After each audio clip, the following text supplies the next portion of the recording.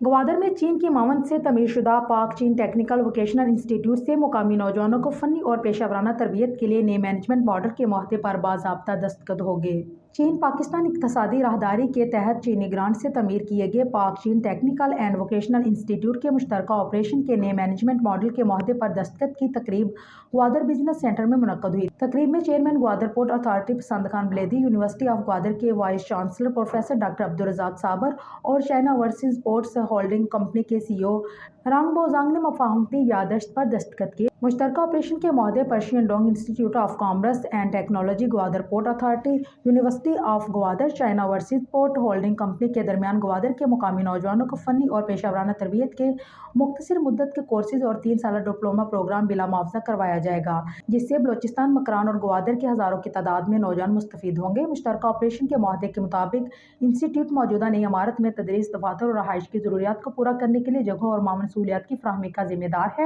اور پاکستان کے قوانین و ضوابط کے مطابق متعلقہ طریقہ کار کے لیے تمام سرکاری محکموں کے ساتھ تعاون کرے گا، جبکہ انسٹی ٹیوٹ کے قابل طلباء کی انٹرنشپ اور ترجیحی ملازمت کے لیے China overseas port holding company کے ساتھ بھی تعاون کرے گا۔ گوادر یونیورسٹی اس ادارے کو بین الاقوامی معیار کے مطابق چلانے کی ذمہ دار ہوگی۔ یہ روزانہ کے انتظام، تعلیمی اور انتظامی سرگرمیوں، آپریٹنگ اخراجات کے لیے گوادر پورٹ اتھارٹی کے ساتھ رابطے میں رہیں گے۔